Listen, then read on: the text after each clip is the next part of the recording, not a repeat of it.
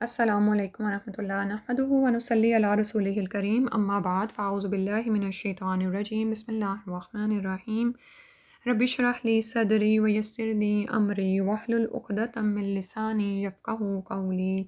شکر الحمدللہ۔ آج ہم پارہ نمبر 27 میں سورہ الرحمن کا آغاز کریں گے۔ سورہ الرحمن مدنی صورت ہے اور صورت کا آغاز دیکھتے ہیں کہ کس طرح سے ہو رہا ہے۔ بسم اللہ الرحمن الرحیم۔ الرحمن علم القرآن خلق الانسان علمہ البیان، کہ الرحمن اللہ سبحانہ تعالیٰ رحمان ہیں، بہت مہربان ہیں۔ علم القرآن وہی ہیں جنہوں نے قرآن کی تعلیم دی ہے۔ خلق الانسان اس نے پیدا کیا انسان کو۔ علمہ البیان اس نے سکھایا اس کو بیان یعنی بولنا۔ بولنے کا مطلب یعنی بولنا اور واضح کرنا۔ آپ یہ دیکھیں کہ سورہ اس سے جو پہلے گزری سورہ القمر میں آخری آیت تھی فی مقعد صدق عند ملیک مقتدر، کہ فرمایا گیا کہ بے شک یعنی جو یہ متقین کے بارے میں فرمایا جا رہا ہے کہ بے شک متقین قادر مطلق بادشاہ کے پاس عزت کے مقام میں ہوں گے۔ اور وہ قادر مطلق بادشاہ کون ہے؟ نیکسٹ صورت میں آغاز ہو رہا ہے الرحمن، کہ وہ مہربان آقا ہے جس نے انسان کو قرآن سکھایا۔ تو اللہ تعالیٰ کی رحمت اور مہربانی کا نتیجہ ہے کہ اس نے آپ صلی اللہ علیہ وسلم کو قرآن جیسی عظیم الشان اور بلند پایہ کتاب سکھا دی۔ یہ کتاب جو کہ پوری انسان کی ہدایت کا ذریعہ ہے، اور اسی ہدایت پر عمل کرنے سے انسان کی دنیا بھی سنور سکتی ہے اور آخرت بھی، ٹھیک ہے۔ اور پھر اس سے یہ بھی واضح ہوتا ہے کہ اللہ ہی نے رسول صلی اللہ علیہ وسلم کو قرآن سکھایا، اور کفار مکہ جیسے نعوذ باللہ اعتراض کرتے تھے کہ رسول صلی اللہ علیہ وسلم کو یہ کوئی اجمی سکھا جاتا ہے اور اس کے بعد وہ اس کو اللہ کے نام لگا دیتے ہیں، تو نعوذ باللہ اس کو بھی واضح کر دیا گیا کہ اللہ ہی وہ ذات ہے جس نے رسول صلی اللہ علیہ وسلم کو قرآن سکھایا۔ پھر فرمایا خلق الانسان، اللہ ہی نے انسان کو پیدا فرمایا، ٹھیک ہے۔ اور پھر اللہ ہی کے ذمہ تھی کہ وہ انسان کی ہدایت کا بندوبست کرتا۔ تو اللہ تعالیٰ نے قرآن کو نازل فرما کر اس ذمہ داری کو پورا کر دیا۔ تو قرآن کا اتارنا اللہ تعالیٰ کی رحمت کا تقاضا ہے اور اس کی خالقیت کا بھی، کیونکہ اللہ تعالیٰ انسان کے خالق ہیں اور اس کے ساتھ ساتھ مالک بھی ہیں، اور ہر چیز بشمول انسان اللہ کی مملوک ہے۔ تو ایک مالک کا اپنے آقا کو بتانا ضروری ہوتا ہے کہ وہ اس سے کیا کام لینا چاہتا ہے اور کس مقصد کے لیے اس کو اتارا گیا ہے۔ تو اللہ تعالیٰ کو بھی انسانوں کو یہ بتانا ضروری تھا کہ ان کا مقصد حیات کیا ہے اور وہ کس راہ پر چلیں تو اخروی کامیابیوں سے ہمکنار ہو سکتے ہیں، ابدی نعمتوں کو پا سکتے ہیں۔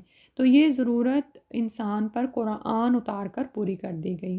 اور پھر اس کے بعد علامہ البیان، اللہ تعالیٰ کا مزید احسان یہ کہ اللہ تعالیٰ نے انسان کو بیان کی قوت دی جس سے وہ اپنے مافی و ضمیر کا اظہار کر سکتا ہے۔ پھر اسی قوت میں آپ یہ دیکھیں کہ ہماری قوت گویائی ہے، قوت بیان کا انحصار ہے۔ جو میں آپ سے بات کر رہی ہوں یا کسی بات کو واضح کر رہی ہوں، یہ اس بیان کی قوت ہی ہے جو انسانوں کو عطا فرمائی گئی ہے۔ اور آپ یہ دیکھیں کہ یہ بیان کی جو قوت میں استعمال کر رہی ہوں، اس کے ساتھ ساتھ بہت سی اور ساری قوتیں بھی انوالو ہیں، یعنی اس وقت میرا ذہن بھی اس میں لگا ہوا ہے، میرا دل بھی اس طرف متوجہ ہے، اور میری آنکھیں بھی اس طرف لگی ہوئی ہیں، میرے کان بھی اس بات کو سن رہے ہیں جو میں آپ تک بھی پہنچا رہی ہوں۔ تو انسان کی بینائی، سماعت، عقل و فہم، قوت تمیز اور ارادہ اور اختیار، تو یہ تمام قوتیں، اور اس پر یہ کہ بیان کی قوت انسان کو عطا فرمائی گئی۔ تو ہر نعمت جو انسان کو سبحان اللہ عطا فرمائی گئی ایک عظیم نعمت ہے، اور پھر یہ کہ بیان کی قوت اس پر بھی بڑھ کر، یعنی ان تمام نعمتوں سے انسان فائدہ اٹھا کر کسی بات کو پھر بیان کرتا ہے، سبحان اللہ۔ اور پھر یہ کہ بیان، علامہ البیان، اس کو بیان کرنے کی قوت دی، اور سب سے بڑھ کر کس چیز کو بیان کرنے کی قوت دی؟ اس قرآن کو۔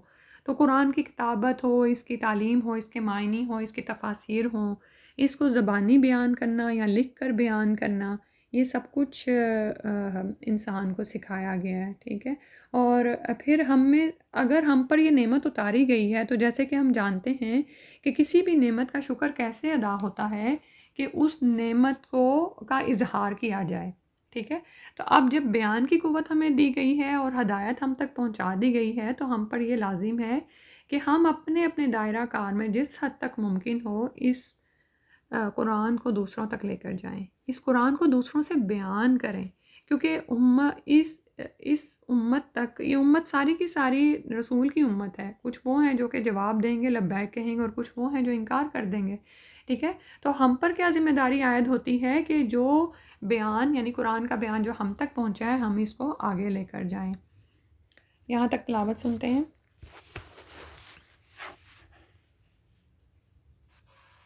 بسم اللہ الرحمن الرحیم. الرحمن علم القرآن خلق الانسان علمہ البیان. پھر اگلی آیت میں فرمایا الشمس والقمر بحسبان، سورج اور چاند حساب کے ساتھ ہیں، والنجم والشجر یسجدان، اور تارے اور درخت سجدہ کر رہے ہیں، والسماء، اور آسمان، رفعہا، اس نے بلند کیا اس کو، ووضع المیزان، اور قائم کر دی میزان، اللہ تطغوا فی المیزان، کہ نہ تم خلل ڈالو، زیادتی کرو میزان میں، وَأَقِیمُوا الْوَزْنَ بِالْقِسْطِ، اور قائم کرو تول کو انصاف کے ساتھ، یعنی وزن کو قائم کرو انصاف کے ساتھ، وَلَا تُخْسِرُوا الْمِیزَان، اور خسارہ کر کے نہ دو میزان میں، اور اس کے بعد زمین کا ذکر ہے تو یہاں تک پہلے کر لیتے ہیں. تو اب یہاں پر اللہ سبحانہ تعالیٰ نے اپنی کچھ اور نعمتوں کا ذکر کیا کہ دیکھو سورج اور چاند ایک حساب کے ساتھ ہیں، ایک مقررہ رفتار کے مطابق چل رہے ہیں، اور پھر یہ کہ مسلسل ایک ہی کام پر لگے ہوئے ہیں، ان میں ایک لمحہ کی بھی تاخیر نہیں ہوتی. یہ بھی انسان کے لیے بہت بڑی نعمت ہے، ٹھیک ہے. اور ہم دیکھتے ہیں کہ سورج سے دن رات عدل بدل کر آتے جاتے رہتے ہیں، موسموں میں تبدیلی بتدریج ہوتی رہتی ہے، نمازوں کے اوقات کا تعلق بھی سورج سے ہے، فصلوں کے پکنے کا انحصار سورج سے ہے، اور پھر اس کے بعد چاند جس سے ہمیں رات کو روشنی حاصل ہوتی ہے، اور اس سے ہم مہینوں اور سالوں کا حساب بھی رکھ سکتے ہیں. اور یہی حقیقی اور فطری تقویم ہے، یعنی ایک تو قمری تقویم ہے نا، اور ایک شمسی تقویم بھی ہے. لیکن ہمارے رمضان کے روزے، حج، عیدیں اور دوسری قابل شمار مدت جیسے مدت حمل ہے، مدت رضاعت وغیرہ ہے، ان کا تعلق چاند سے ہوتا ہے، ٹھیک ہے. اور پھر یہ کہ بحسبان، ایک حساب کے ساتھ ان کو قائم کیا گیا ہے کہ سورج اور زمین کے درمیان ایسا مناسب فاصلہ رکھا گیا ہے کہ اس میں کمی بیشی سے اس زمین پر انسان اور دوسرے سب جانداروں کی زندگی ہی ناممکن ہو جاتی. تو سب فائدے اسی صورت میں حاصل ہو رہے ہیں کہ یہ ایک حساب کے ساتھ پابند ہیں، اپنے مقررہ مداروں میں مقررہ رفتار سے ہر وقت محو گردش ہیں، اور ایک مقررہ فاصلے پر ہیں. اسی طرح ہم چاند کے بارے میں بھی دیکھتے ہیں، ٹھیک ہے. تو یہ سب فائدے ہمیں کیوں حاصل ہو رہے ہیں کہ اللہ تعالیٰ نے ان عظیم الجثہ قروں کو ایسے طبعی قوانین میں جکڑ رکھا ہے کہ جس سے وہ ادھر ادھر ہو ہی نہیں سکتے، ٹھیک ہے. آپ یہ دیکھیں نا کہ پوری فزکس کو آپ پڑھیں، طبیعت کا پورا قانون ہے جو ان پر لاگو ہوتا ہے، سبحان اللہ. یعنی انسان محو حیرت ہو جاتا ہے جب یہ سب کچھ ڈیٹیل میں وہ اسٹڈی کرتا ہے. اس کے بعد فرمایا وَالنَّجْمُ وَالشَّجَرُ يَسْجُدَانِ، اور تارے اور درخت سجدہ کر رہے ہیں. نجم کے معنی ستارہ بھی ہیں، اور بے تنا درخت بھی جس میں جھاڑ جھنکار ہو، جڑی بوٹیاں ہوں، بیلیں ہوں، اور بے تنا پودا، سب اس میں شامل ہیں، ٹھیک ہے. اور یہاں پر اس مطلب کو میں نے اس لیے بھی بیان کر دیا کیونکہ ہم دیکھتے ہیں کہ اس صورت میں چیزیں جو ہیں وہ جوڑوں کی صورت میں آئیں گی. جیسے ابھی ذکر ہوا الشمس والقمر کا، تو یہاں پر والنجم والشجر کا ذکر ہوا کہ بے تنا درخت ہوں یا دوسرے درخت ہوں، سبھی جو ان سے ہیں وہ سجدہ کر رہے ہیں. سجدہ ریز ہونے سے مراد کیا ہے کہ یہ نہیں کہ وہ انسانوں کی طرح باقاعدہ سجدہ کیے ہوئے، بلکہ ان کا اپنا ایک سجدہ ہے کہ اللہ تعالیٰ نے جو طبعی قوانین ان کے لیے مقرر کر دیے ہیں ان سے وہ سرتابی نہیں کرتے، ٹھیک ہے. اور یہ بھی ممکن ہے کہ وہ فی الواقع سجدہ کر رہے ہوں لیکن ہم ان کی کیفیت اور ماہیت کو سمجھنے سے قاصر ہیں، ٹھیک ہے. سبحان اللہ. اور پھر یہ کہ وہ مسلسل سجود میں بھی ہیں، سجدہ کریں، اور اس کے ساتھ ساتھ انسانوں کو فوائد بھی دے رہے ہیں. پھر فرمایا والسماء، اور آسمان کو اٹھایا اس نے اس کو، اور میزان قائم کر دی. تو آسمان کو اللہ تعالیٰ نے کس طرح سے بغیر ستونوں کے قائم کر دیا، کس طرح سے اس کو ہمارے اوپر ایک چھت کی طرح مقرر کر دیا، اور پھر میزان قائم کر دی. میزان سے اکثر مفسرین نے میزان عدل مراد لی ہے، جس کے سہارے یہ زمین و آسمان قائم ہے۔ احادیث میں بھی اس کا ذکر آتا ہے، ٹھیک ہے۔ تو اس صورت میں ان کے عدل سے مراد وہ توازن اور تناسب ہے جس کی وجہ سے مختلف سیاروں کے مابین قوت یعنی کشش ثقل موجود ہے، ٹھیک ہے، اور مرکز گریز قوت موجود ہے جس کی وجہ سے یہ اپنے اپنے مدار میں مقررہ رفتار کے ساتھ سفر کریں اور آپس میں ٹکراتے نہیں ہیں۔ ہر سیارے کا درمیانی فاصلہ کیا ہو، ان کی رفتار کیا ہو، ان کا باہمی تعلق کیا ہو، ٹھیک ہے۔ تو یہاں پر میزان اس سینس میں بھی بتایا گیا ہے، ٹھیک ہے، یعنی ہم یعنی اس توازن اور تناسب کو میزان کا نام دیا گیا ہے، سبحان اللہ۔ پھر اس کے بعد فرمایا، اس کی طرف اشارہ کر کے فرمایا اللہ تطغوا فی المیزان، کہ تم میزان میں خلل نہ ڈالو، یعنی جس طرح اللہ سبحانہ و تعالیٰ نے زمین و آسمان کا پورا ایک نظام چلا دیا ہے، اس میں ایک نظم و ضبط ہے اور اتنا لطیف اور خفیف تعلق ہے اور وہ ایک سب کچھ عدل کے ساتھ قائم ہے، تو اب تم نظام کائنات میں عدل و انصاف سے کام لو، اس کے میزان کو نہ بگاڑو، اور اسی طرح جو تمہارے باہمی لین دین ہیں اس میں بھی اس کو ملحوظ خاطر رکھو، ٹھیک ہے۔ اور آپ یہ دیکھیں کہ اللہ تعالیٰ نے اس کے لیے بھی میزان قائم کر دیا، تو فرمایا وَأَقِیمُوا الْوَزْنَ بِالْقِسْطِ، اور قائم کرو وزن کو انصاف کے ساتھ، ٹھیک ہے۔ تو ناپ تول کے لیے مختلف آلے بھی بن چکے ہیں، سب کچھ موجود ہے، تو یعنی جو بھی وزن کرنے والے آلے ہوں یا مقدار وزن ہوں اس میں کمی بیشی نہ کی جائے، ٹھیک ہے۔ اور ہم جانتے ہیں نا کہ پیچھے جس قوم کا حال ہم نے پڑھا، ناپ تول میں کمی بیشی کی وجہ سے ان پر عذاب آیا تھا۔ شرک تو تھا ہی ان قوموں میں، یعنی بڑی بیماری تو شرک ہی کی تھی، لیکن اس کے علاوہ جو دوسری بیماریاں تھیں اس کی وجہ سے بھی ان پر پکڑ آئی تھی، ٹھیک ہے۔ تو ناپ تول کے پیمانوں میں کمی بیشی کرنا جرم ہے، اور کیونکہ اس کمی بیشی کی وجہ سے انسان دوسروں کے حقوق پر ڈاکہ ڈالتا ہے، ٹھیک ہے، تو وہ کیا کرتا ہے کہ وہ سرکشی کرتا ہے۔ تو اوپر والی آیت میں فرمایا اللہ تطغوا فی المیزان، کہ تم میزان میں خلل نہ ڈالو، لوگوں کو ان کا وزن انصاف کے ساتھ تول کر پورا دو، اور میزان میں کمی نہ کرو، نقصان نہ کرو، ٹھیک ہے۔ اور آپ یہ دیکھیں کہ جس طرح سے کائنات کا نظام ایک عدل و انصاف کے ساتھ قائم ہے اور وہ چل رہا ہے، اور ہم دیکھتے ہیں کہ اگر کبھی کسی جگہ پر اس میں کوئی خلل بھی آتا ہے تو وہ بھی انسان کی ہی یعنی کچھ ایسے اعمال ہیں کہ وہ ان میں خلل ڈال رہا ہوتا ہے، بڑے پیمانے پر کوئی نہ کوئی فساد پھیلا رہا ہوتا ہے، تو ایسا ہوتا ہے۔ اور اسی طرح حکومتوں کے بارے میں بھی ہم دیکھتے ہیں، آپ یہ دیکھیں کہ انصاف کے ساتھ تو کفر کی حکومت بھی قائم رہ سکتی ہے، لیکن ظلم کے ساتھ اسلامی حکومت بھی قائم نہیں رہ سکتی، اور اس کی بے شمار مثالیں دنیا میں موجود ہیں۔ تو اللہ تعالیٰ نے جس طرح کائنات میں نظام عدل قائم کر دیا، میزان قائم کر دی، اور پھر یہ کہ اسی کا حکم انسان کو دیا ہے، اور انسان کو صرف حکم نہیں دیا بلکہ ہمارے لیے ایک نشانی اور مثال بنائی ہے کہ اس طرح کی روش تم بھی اختیار کرو اور ہر حقدار کو اس کا حق دو۔ سبحان اللہ، اللہ سبحانہ و تعالیٰ اس کو ہماری یعنی زندگی میں شامل فرما دے، آمین یا رب العالمین۔ یہاں تک تلاوت سنتے ہیں۔ الشمس والقمر بحسبان والنجم والشجر يسجدان والسماء رفعها ووضع الميزان ألا تطغوا في الميزان وأقيموا الوزن بالقسط ولا تخسروا الميزان۔ پھر فرمایا والارض، اور زمین کو وضعها، اس نے رکھ دیا اس کو للانام، مخلوقات کے لیے، اور یعنی اس کے بعد آسمان کے بعد زمین کی طرف، زمین کی نشانی کی طرف اشارہ کیا گیا کہ دیکھو زمین کو کس طرح سے اللہ سبحانہ و تعالیٰ نے اس میں مختلف جاندار مخلوق پیدا فرما دی جو یہاں پر پائی جاتی ہے، چرند پرند ہوں، مویشی ہوں، درندے ہوں، انسان ہوں یا جن ہوں۔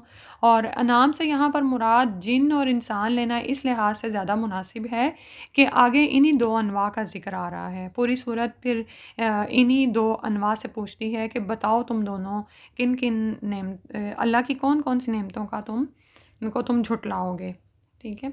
تو اللہ تعالیٰ نے زمین پر بسنے والی تمام مخلوقات کا رزق زمین سے ہی وابستہ کر دیا، یہی ان کے پیدا ہونے کی جگہ ہے، یہی ان کا مسکن ہے اور یہی ان کا مدفن ہے۔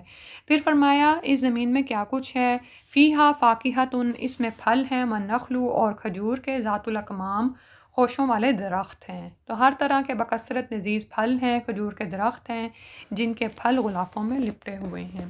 سبحان اللہ۔ تو یہ بے شمار نعمتیں ہیں جو زمین پر اتاری گئیں، اور یہاں پر پھلوں کے ساتھ کھجور کا الگ بھی ذکر فرمایا ہے، اس لیے کہ کھجور میں دوسرے پھلوں کی نسبت زیادہ غذائی اجزاء پائے جاتے ہیں، اور کھجور اور پانی دو چیزیں مل کر مکمل غذا بن جاتی ہیں، جیسا کہ سیدہ عائشہ رضی اللہ عنہا سے روایت ہے کہ بعض دفعہ ہمارے گھر میں 2 ماہ تک چولہا نہیں جلتا تھا اور ہمارا گزارا صرف 2 کالی چیزوں یعنی کھجور اور مٹکے کے پانی پر ہوتا تھا۔ یہ بخاری کتاب الہبہ والفضلہ کی حدیث ہے۔ پھر فرمایا والحب، اور غلے، ذوالعصفی، بھس والے، والریحان، اور خوشبودار پھول، یعنی طرح طرح کے غلے اللہ تعالیٰ نے زمین میں رکھ دیے، ان میں بھوسا بھی ہوتا ہے اور دانہ بھی۔ بھوسا تو جانوروں کی خوراک بن جاتا ہے اور دانے انسانوں کی خوراک بن جاتے ہیں، اور اس کے علاوہ والریحان، ایسی چیزیں بھی پیدا ہوتی ہیں جو کھانے کے کام نہیں آتی لیکن ان کی خوشبو وغیرہ سے فائدہ اٹھایا جاتا ہے۔ فَبِأَيِّ آلَاءِ رَبِّكُمَا تُكَذِّبَانِ، تو اے جنو انس، تم اپنے رب کی کون کون سی نعمتوں کو جھٹلاؤ گے، تم دونوں جھٹلاؤ گے۔ تو یہ تمام آلاء، یہ نعمتیں جو بتائی گئیں، جو کہ اللہ تعالیٰ کی قدرت اور عظمت کی نشانیاں ہیں، جو اللہ کی معرفت عطا فرماتی ہیں، تو فرمایا کہ تم پھر اپنے خالق کی کن کن نعمتوں کو جھٹلاؤ گے۔ اور آپ یہ دیکھیں کہ اللہ اکبر، سبحان اللہ، ہم تو حساب نہیں دے سکتے۔ اللہم حاسبنی حسابا یسیرا، ایسی بے شمار نعمتیں ہم پر اتاری گئی ہیں کہ ہم ان کا یعنی بعض اوقات تو ہم ان کی قدر بھی نہیں کر رہے ہوتے نا، اور نہ ہی اس کا شکر ادا کر رہے ہوتے ہیں۔ بلکہ میں تو دیکھ رہی تھی کہ شکر ادا کرنے کے لیے جس تسبیح کو ہم نے پکڑا ہوا ہوتا ہے، الحمدللہ پڑھ رہے ہوتے ہیں، تو وہ بھی شکر ہی کا یعنی اس کا بھی شکر بنتا ہے کہ یعنی اللہ نے ہمیں تسبیح عطا فرمائی کہ ہم 100 کی گنتی پوری کر سکتے ہیں، سبحان اللہ، اور کتنی آسانی کے ساتھ۔ تو جنوں ان سے پوچھا جا رہا ہے کہ پھر بھلا بتاؤ تم اپنے رب کی کون کون سی نعمتوں کو جھٹلاؤ گے۔ اس آیت کا جواب ہے، حدیث میں ہے کہ آپ صلی اللہ علیہ وسلم نے ایک دفعہ صحابہ سے فرمایا کہ تم سے تو جن ہی اچھے ہوئے کہ جب میں فَبِأَيِّ آلَاءِ رَبِّكُمَا تُكَذِّبَانِ پڑھتا تو وہ اس کے جواب میں یوں کہتے ہیں، لا بِشَيْءٍ مِّن نِّعَمِكَ رَبِّنَا نُكَذِّبُ فَلَكَ الْحَمْدُ، کہ اے ہمارے پروردگار، ہم تیری کسی نعمت کو نہیں جھٹلاتے، سب حمد و ثنا تیرے ہی لیے ہے۔ لہٰذا جب کوئی شخص یہ آیت پڑھے تو اس کا یہی جواب دینا چاہیے۔ علاوہ ازیں اس آیت اور اس کے بعد کی آیات میں دونوں طرح کے مکلف مخلوق یعنی جنوں انسانوں کو مشترکہ طور پر مخاطب کیا گیا ہے۔ تو یاد رکھیں کہ جب بھی یہ آیت آئے آپ اس جواب کو پڑھیں، ٹھیک ہے؟ یہاں تک تلاوت سنتے ہیں۔ وَالْأَرْضَ وَضَعَهَا لِلْأَنَامِ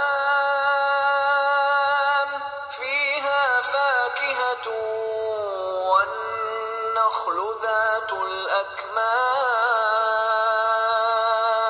وَالْحَبُّ ذُو الْعَصْفِ وَالرَّيْحَانُ فَبِأَيِّ آلَاءِ رَبِّكُمَا تُكَذِّبَانِ۔ پھر فرمایا خلق الانسان، پیدا کیا اس نے انسان کو، من صلصال، بجنے والی مٹی سے، کالفخار، ٹھیکری کی طرح۔ تو سیدنا آدم علیہ السلام کے پہلے کی تخلیق کے مراحل کا یہاں پر بیان کیا جا رہا ہے، اور یہ 7واں اور آخری مرحلہ ہے، اور ہم یہیں پر پڑھتے ہیں کہ ان مختلف مراحل کا ذکر پہلے بھی گزرا کچھ جگہوں پر، یہاں پر ہم ان 7 مراحل کو اکٹھا دیکھ لیتے ہیں۔ سب سے پہلے تراب ہے، یعنی خشک مٹی لی گئی انسان کے مجسمے کو تیار کرنے کے لیے، سورہ المومن میں آتا ہے وہ۔ اس کے بعد ارد یعنی عام مٹی یا زمین، سورہ نوح میں اس کا بیان ہے۔ اس کے بعد تیسرا مرحلہ طین ہے، یعنی گیلی مٹی یا گارا، سورہ الانعام میں اس کا لفظ آتا ہے۔ پھر اس کے بعد طین لازب، یعنی اسی گیلی مٹی میں لیس دار یا چپکدار پن پیدا ہو گیا، ٹھیک ہے، یعنی لیس دار اور چپکدار مٹی۔ اس کا ذکر سورہ الصافات کی آیت نمبر 11 میں آتا ہے۔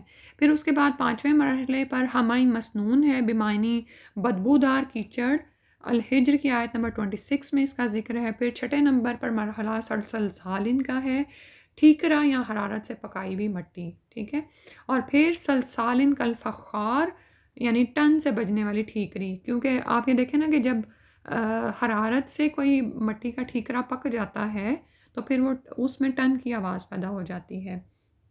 پھر اس کے بعد فرمایا وَخَلَقَ الْجَانَ، اور پیدا کیا اس نے جن کو من مارجن شعلے والی من نارن آگ سے، ٹھیک ہے۔ تو جس طرح انسان کو بھی جو ہے یعنی مٹی کا لطیف ترین جو ہے اس کا حصہ لیا گیا اور اس کو مختلف مراحل سے گزار کر انسان کی تخلیق مکمل ہوئی، اور اسی طرح سے جنوں کے لیے آپ یہ دیکھیں کہ شعلے کا جو اوپر کا گرم ترین حصہ ہے جو دھوئیں سے یکسر پاک ہوتا ہے نا، یعنی آگ کی لپٹ، اس سے اس کے یعنی لطیف تر حصے سے انسان کو جن کو بنایا گیا ہے، ٹھیک ہے۔ یعنی جنوں کو عام لکڑی اور کوئلے سے پیدا ہونے والی آگ سے پیدا نہیں کیا گیا، بلکہ گرم تر لطیف تر حصے سے بنایا گیا ہے، ٹھیک ہے۔ اور انسانوں سے پہلے یہی آتشی مخلوق اس دنیا پر آباد تھی، ان میں نبوت کا سلسلہ جاری تھا۔ انسان کی تخلیق کے بعد نبوت کا سلسلہ بھی انسانوں ہی کی طرح منتقل ہو گیا، تو انسان ہی اشرف المخلوقات ہیں نہ کہ جن، کیونکہ انسان کو جب مٹی سے پیدا کیا گیا ہے تو اللہ تعالیٰ نے اس میں اپنی روح کو پھونکا تو یہ بشر بن گیا، اور فرشتوں کو بھی اس کو سجدہ کروایا گیا، ٹھیک ہے۔ تو اب کیا ہے کہ نبوت کا سلسلہ انسانوں ہی کی طرف چلا، تو جو نبی انسانوں کی طرف مبعوث ہوتا وہ جنوں کے لیے بھی ہوتا تھا، جیسے ہمارے نبی آخری زمان صلی اللہ علیہ وسلم ہیں، وہ جیسے ہمارے نبی ہیں ویسے ہی جنوں کے لیے بھی ہیں۔ اسی طرح جنوں میں بھی کافر، مشرک، مومن، نیک اور بدغرض انسانوں کی طرح ہر طبقے کے لوگ پائے جاتے ہیں، ان کی بھی اولاد ہوتی ہے اور ان میں بھی توالد کا سلسلہ چلتا ہے، ٹھیک ہے۔ یعنی جیسے انسان کو پہلے مٹی سے پیدا کیا گیا ہے، پھر اس میں روح پھونکی گئی ہے، وہ مکمل انسان بن گیا، اس کے بعد کی جو اگلی تخلیق ہے وہ پھر کیا ہوتی ہے، نطفے سے ہوتی ہے، ٹھیک ہے۔ اور اسی طرح سے توالد اور تناسل کا سلسلہ جنوں میں بھی چل رہا ہے۔ پھر فرمایا فَبِأَيِّ آلَاءِ رَبِّكُمَا تُكَذِّبَانِ، تو اب ان دونوں جنوں انس سے پوچھا جا رہا ہے تو تم اپنی رب کی کون کون سی نعمتوں کو جھٹلاؤ گے جنوں انس؟ لا بشیء من نعمک ربنا نکذب فلک الحمد، کہ ہم تو کسی بھی نعمت کا انکار نہیں کرتے۔ اس کے بعد فرمایا رب المشرقین و رب المغربین، رب ہے دو مشرقوں کا اور رب ہے دو مغربوں کا۔ دو مشرقوں اور مغربوں کا ذکر فرمایا کہ مسلسل یہ دیکھیں نا پیچھے سے جوڑوں میں چیزوں کا ذکر چل رہا ہے، ٹھیک ہے۔ اور سورہ معارج کی آیت نمبر 40 میں تو آتا ہے کہ اللہ تعالیٰ بہت سے مشرقوں اور مغربوں کا رب ہے، تو دو مشرقوں سے مراد ایک تو وہ مقام ہے جب سورج موسم گرما کے سب سے بڑے دن طلوع ہوتا ہے، اور دوسرا مقام وہ ہے جہاں سے سورج موسم کے سب سے چھوٹے دن طلوع ہوتا ہے، ٹھیک ہے۔ اور ان دونوں مقاموں کے درمیان مشرق ہی مشرق ہیں، ہر روز طلوع آفتاب کے مطابق مقام کا ایک نیا زاویہ ہوتا ہے، اسی لیے ہم دیکھتے ہیں نا کہ ہماری نمازوں کا وقت بھی اسی طرح سے ایک ایک منٹ یا کچھ جگہوں پر 2-3 منٹ تبدیل ہو رہا ہوتا ہے، ٹھیک ہے۔ یہی حال مغربوں کا ہے، ٹھیک ہے۔ تو اسی تبدیلی سے موسم پیدا ہوتے ہیں اور مختلف موسموں میں مختلف فصلیں اور پھل پیدا ہوتے ہیں۔ تو یعنی سورہ معارج میں مختلف مشرقوں اور مغربوں کا ذکر ہے، اور یہاں پر جو کناروں والے مشرقوں اور کناروں والے مغربوں کا ذکر ہے، یعنی پہلے مشرق اور آخری مشرق، اور اسی طرح پہلے مغرب اور آخری مغرب کا ذکر ہے۔ سبحان اللہ، تو ان مشرقوں اور مغربوں کے پیچھے ایک بڑا حیرت انگیز اور پیچیدہ نظام قائم ہے جس کی بنا پر یہ تبدیلیاں واقع ہوتی ہیں، اور آپ یہ دیکھیں کہ ہم ان چیزوں کو کیسے فور گرانٹیڈ لے رہے ہوتے ہیں۔ ہم نے کبھی غور کیا ہے کہ آج تو ہم نے اس وقت اذان سنی تھی اور اگلے دن ہم نے تھوڑا سا آگے پیچھے لمحوں کے فرق سے اذان سنی، ٹھیک ہے۔ یعنی روز وقت میں کس طرح سے تبدیلی ہو رہی ہوتی ہے اور پھر اسی طرح دن چھوٹے بڑے ہو رہے ہوتے ہیں، سبحان اللہ۔ وہی بات ہے کہ آپ یہ دیکھیں کہ اللہ کی نعمتوں کو دیکھنے میں، ان میں غور و فکر کرنے سے ہی پھر اللہ تعالیٰ کی عظمت اور قدرت ہم پر واضح ہوتی ہے اور ہم اس کی معرفت حاصل کر سکتے ہیں۔ لیکن ان چیزوں کے سے مانوس ہو جانے نے ہم سے یہ نعمت چھین لی ہے، یعنی ہم ان چیزوں کو فور گرانٹیڈ لے رہے ہوتے ہیں، اور یہ ہماری روٹین، یعنی آپ یہ کہہ لیں کہ یہ ہمارے روٹین افیئرز بن جاتا ہے نا، یعنی روزانہ کے معاملات اور معاملات بن جاتے ہیں، تو ان میں نیا پن نہیں رہتا، حالانکہ ان میں تو نیا پن موجود ہے۔ تو ضرورت کس بات کی ہے کہ انسان ان میں غور و فکر کرے، ٹھیک ہے۔ پھر اس کے بعد فرمایا فَبِأَيِّ آلَاءِ رَبِّكُمَا تُكَذِّبَانِ، پھر فرمایا مرج البحرین یلتقیان، اس نے چھوڑ دیا 2 سمندروں کو کہ وہ دونوں باہم مل جائیں، اور 2 سمندروں کو چھوڑ دیا۔ دنیا میں کتنی ہی جگہوں پر ایسے انکشافات ہوئے ہیں کہ ایک ہی جگہ پر 2 سمندر بہہ رہے ہوتے ہیں، لیکن ان میں ایک واضح لکیر دور تک چلی جاتی ہے اور ان کا پانی آپس میں ملتا نہیں ہے۔ بعض اوقات ایک طرف کا پانی کسی ایک رنگ کا ہوتا ہے، دوسری طرف دوسرے رنگ کا ہوتا ہے، بعض اوقات ان کے ذائقوں میں فرق ہوتا ہے، بعض اوقات ان کی حرارت میں فرق ہوتا ہے۔ یعنی مجھے آج بھی پاکستان میں موجود ایک جگہ کا یاد ہے، میرا خیال ہے دریائے جہلم اور وہاں نیلم ملتا تھا۔ ایک جو تھا مٹیالہ سا پانی تھا اور دوسرا گرینش بلوئش سا پانی تھا، ٹھیک ہے۔ اسی طرح اور بھی دنیا میں بہت سارے ایسے علاقے ہیں جہاں پر یہی صورتحال ہے کہ اگر آپ کو ایک طرف ٹل کلر کا پانی نظر آ رہا ہے اور دوسری طرف جو ہے وہ مٹیالہ سا نظر آ رہا ہے، اور بعض اوقات ایک ہی سمندر میں یعنی جس طرح رنگ مختلف ہیں اسی طرح ایک رو جو ہے وہ پانی کی گرم چلی جا رہی ہے اور دوسری رو ٹھنڈی ہو رہی ہے، سبحان اللہ، ٹھیک ہے۔ اور اسی طرح ایک رو کا پانی میٹھا ہے اور دوسری رو کا پانی کڑوا اور نمکین ہے، جیسا کہ عام طور پر ہوتا ہے۔ اور سمندر کا پانی آپ جانتے ہیں نا کہ نمکین اور کھاری ہوتا ہے، لیکن سمندروں میں سفر کرنے والے جانتے ہیں کہ سمندروں میں بھی چشمے پھوٹ رہے ہوتے ہیں جہاں پر میٹھا پانی ان کو اویلیبل ہوتا ہے، اور سبحان اللہ یہ آپس میں ملتے نہیں ہیں۔ حیرت کی بات ہے، نہ ان کے کلر ایک دوسرے میں مدغم ہوتے ہیں، نہ ان کے ذائقے ایک دوسرے پہ مدغم ہوتے ہیں، نہ ان کا درجہ حرارت ایک دوسرے پر مدغم ہوتے ہیں، سبحان اللہ۔ بینہما برزخ لا یبغیان، ان دونوں کے درمیان ایک پردہ ہے، نہیں وہ تجاوز کرتے اس سے، تو وہ آپس میں ملتے نہیں ہیں۔ فَبِأَيِّ آلَاءِ رَبِّكُمَا تُكَذِّبَانِ، تو پھر اے جنوین تم اپنے رب کی کن کن نعمتوں کو جھٹلاؤ گے؟ ہم تو اللہ کی کسی نعمت کا انکار نہیں کرتے ہیں۔ یہاں تک تلاوت سنتے ہیں۔ خلق الإنسان من صلصال كالفخار وخلق الجان من مارج من نار فبأي آلاء ربكما تكذبان رب المشرقين ورب المغربين فبأي آلاء ربكما تكذبان مرج البحرين يلتقيان بينهما برزخ لا يبغيان فبأي آلاء ربكما تكذبان یخرج نکلتا ہے منہما ان دونوں سے، اللؤلؤ موتی والمرجان اور مونگے، ان دونوں سے ہی موتی اور مرجان نکلتے ہیں، سبحان اللہ۔ مرجان دراصل جمادات اور نباتات کے درمیان برزخی پیدائش ہے، ٹھیک ہے۔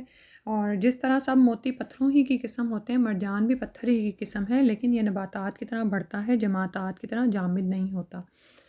اور اس کا ایک چھوٹا سا پودا ہوتا ہے، اس کی شاخیں بھی ہوتی ہیں، اور موتی اور مرجان عموماً کھاری پانی کی پیداوار ہیں، لیکن اسی کھاری پانی کے نیچے اللہ کی قدرت سے میٹھے پانی کے چشمے بھی ابھر رہے ہوتے ہیں، ساتھ ساتھ دریا بھی رواں ہوتے ہیں۔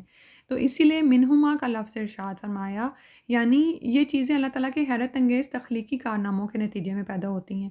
یعنی ایک ہی طرح کے پانی سے موتی اور مرجان نہیں نکلتے، بلکہ دونوں طرح کے پانیوں سے یہ ہوتا ہے، اور انسان اس سے کیسے فائدہ اٹھا رہا ہے اور کبھی وہ غور و فکر نہیں کرتا اور شکر نہیں ادا کرتا۔ تو اور موتی کے بارے میں تو آپ جانتے ہیں نا کہ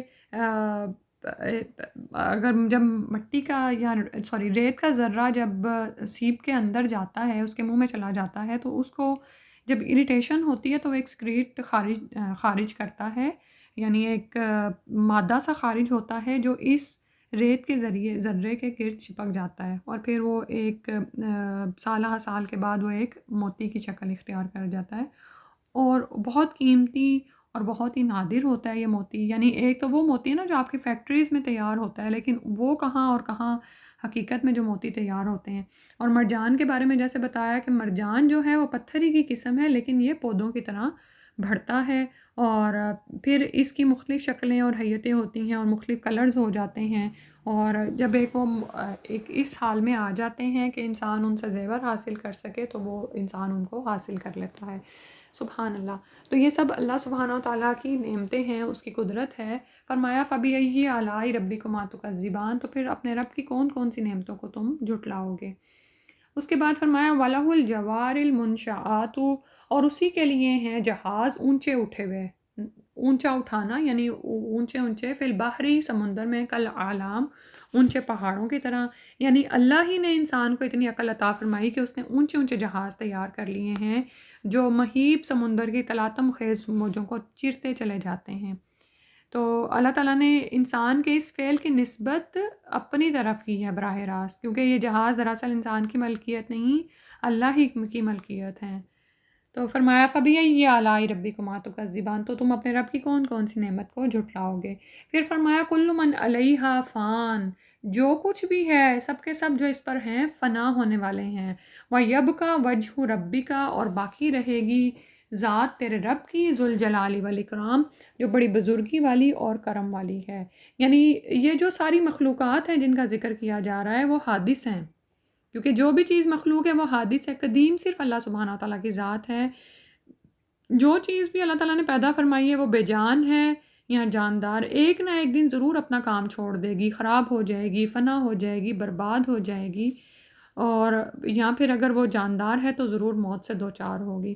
صرف اللہ کی ذات اور صفات قدیم اور ازلی ابدی ہیں. ٹھیک ہے، اس بات کو یاد رکھیں کہ اللہ تعالیٰ کی ذات، اس کی صفات قدیم اور ازلی ابدی ہیں، ان کے سوا کوئی چیز باقی نہیں رہے گی.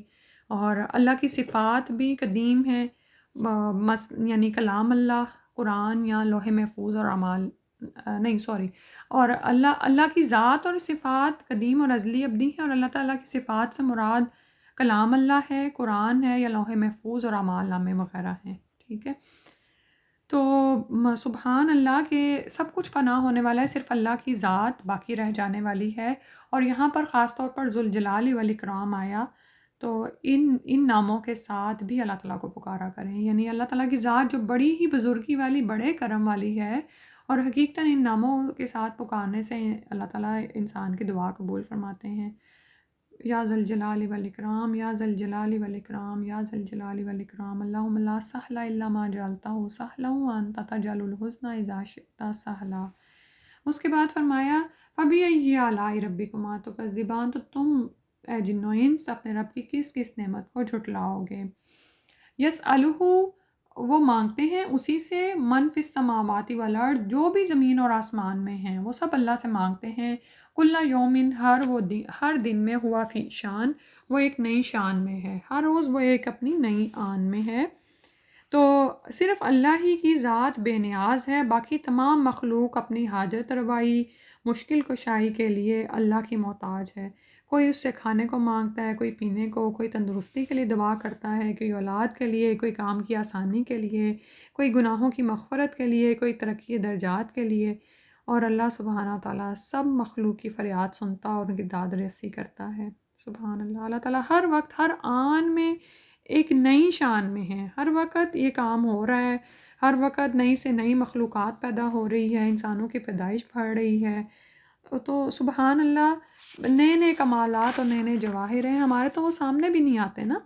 تو کائنات میں نئے سے نئے سیارے اور کہکشائیں بھی وجود میں آ رہی، جیسے ہم جانتے ہیں نا کہ یہ کائنات مسلسل پھیل رہی ہے، تو ہر روز اس کی ایک نئی شان اور نئی آن ہوتی ہے. اور اس میں ہمارے لیے یہ بھی سبق ہے کہ ہر دن ایک نیا دن ہے، تو مایوس نہ ہوں. اللہ کے ہاں تو ہر روز ایک نیا پن ہے، کل کی دعا آج قبول ہو سکتی ہے. پھر فرمایا فَبِأَيِّ آلَاءِ رَبِّكُمَا تُكَذِّبَانِ.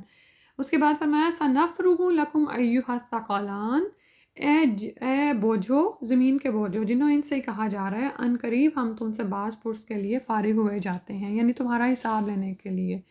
تو انسان کو یہاں پر متنبع کیا جا رہا ہے، اور جنوں کو بھی، کہ تمہارے پاس جو محدود آزادی ہے اس کے ختم ہونے کے دن آ رہے ہیں، وہ ان قریب ختم ہو جائے گی. اچھا، اس آیت سے یہ مطلب نہیں نکلتا کہ اللہ سبحانہ و تعالیٰ کے پاس وقت نہیں ہے، یا یہ کہ وہ اتنے مصروف ہیں اور وہ اتنے اور کاموں میں ہیں کہ ان کو حساب کتاب لینے کی بھی فرصت نہیں. اس کا مطلب یہ ہے کہ تمہارے حساب کتاب کا وقت ابھی نہیں آیا ہے، اور جب آئے گا تو تب تمہیں وہ دے دیا جائے گا، پورا پورا چکا دیا جائے گا، اور وہ دور بس آیا ہی چاہتا ہے، ٹھیک ہے. یعنی یہ بالکل ایسا ہے نا کہ جیسے کسی نے اپنا ایک ٹائم ٹیبل بنا رکھا ہو اور اس سے آگے کے کسی کام کا کہا جائے تو وہ کہے کہ نہیں ابھی اس کا کام نہیں آیا، ابھی اس کام کا وقت نہیں آیا، ٹھیک ہے.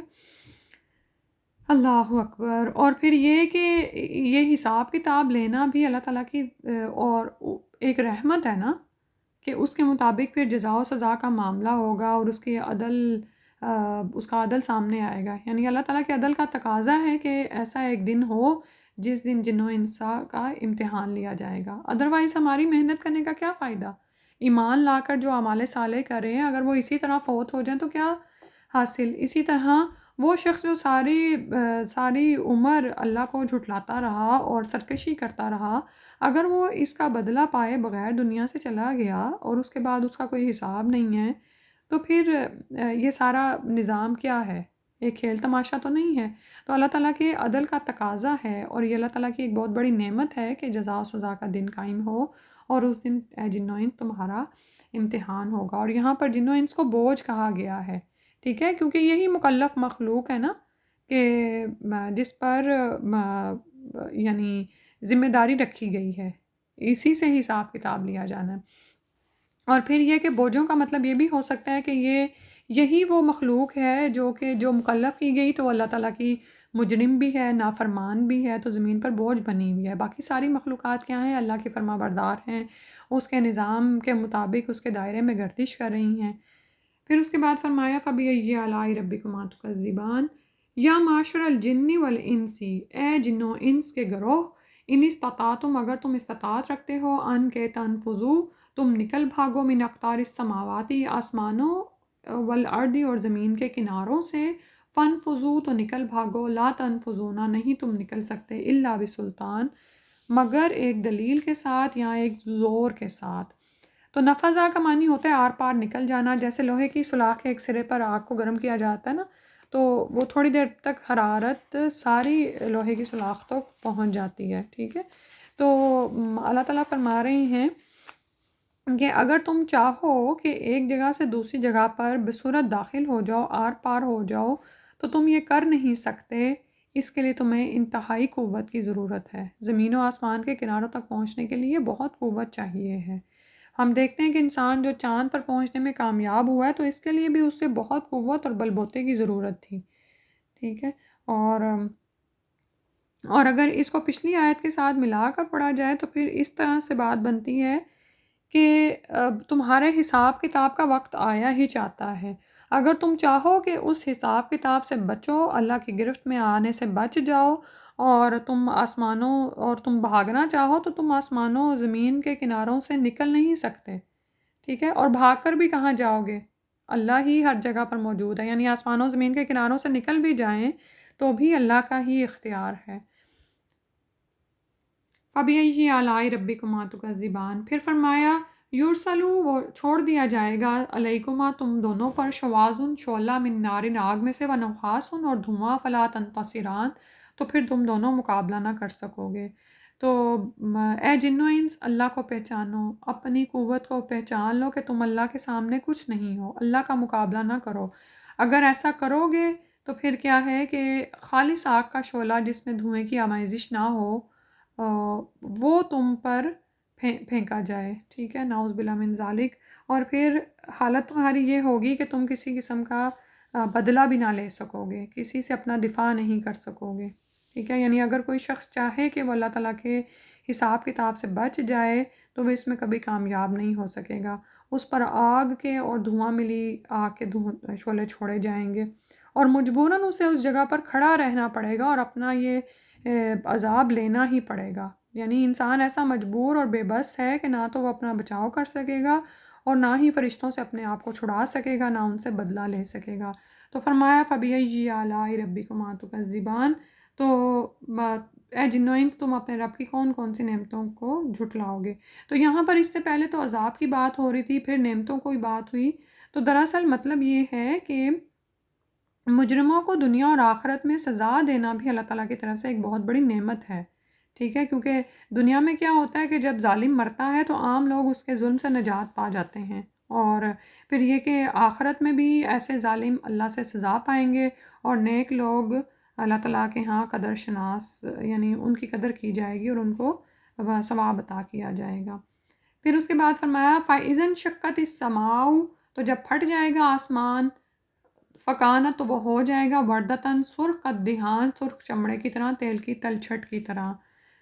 سبحان اللہ، تو ایک وہ وقت آئے گا جب آسمان پھٹے گا، اس دن تمام سیاروں کا نظام دھرم بھرم ہو جائے گا۔ جو شخص آسمان کی طرف نظر اٹھائے گا تو اسے یوں معلوم ہوگا کہ ہر طرف جیسے آگ ہی آگ لگی۔ فَبِأَيِّ آلَاءِ رَبِّكُمَا تُكَذِّبَانِ، تو پھر تم اے جنو انس اپنے رب کی کس کس نعمت کو جھٹلاؤ گے؟ اور یہاں پر یہ بات کیوں پوچھی گئی؟ اس لیے کہ آج سر اٹھا کر دیکھو، آسمان کی طرف نظر دوڑاؤ، اور کیسے پرسکون ہے، تمہارے اوپر چھت کی طرح کھڑا ہوا ہے، تو تم کتنی دفعہ اللہ کا شکر ادا کرتے ہو۔ جی تلاوت سنتے ہیں، بسم اللہ۔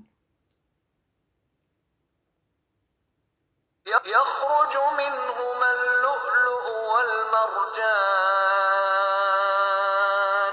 فبأي آلاء ربكما تكذبان وله الجوار المنشآت في البحر كالأعلام فبأي آلاء ربكما تكذبان كل من عليها فان ويبقى وجه ربك ذو الجلال والإكرام فبأي آلاء ربكما تكذبان يسأله من في السماوات والأرض كل يوم هو في شأن فبأي آلاء ربكما تكذبان سنفرغ لكم أيها الثقلان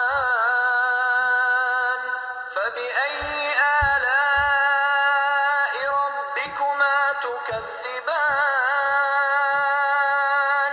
يا معشر الجن والإنس إن استطعتم أن تنفذوا من أقطار السماوات والأرض فانفذوا لا تنفذون إلا بسلطان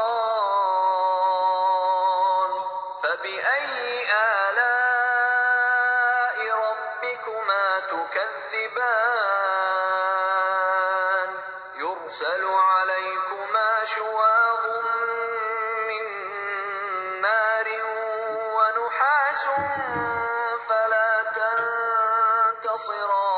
تنتصران فبأي آلاء ربكما تكذبان فإذا انشقت السماء فكانت وردة كالدهان فبأي آلاء ربكما تكذبان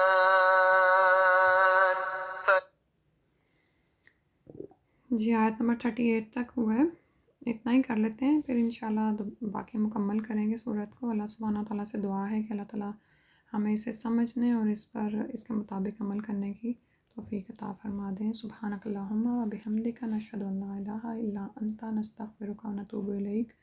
السلام علیکم ورحمۃ اللہ۔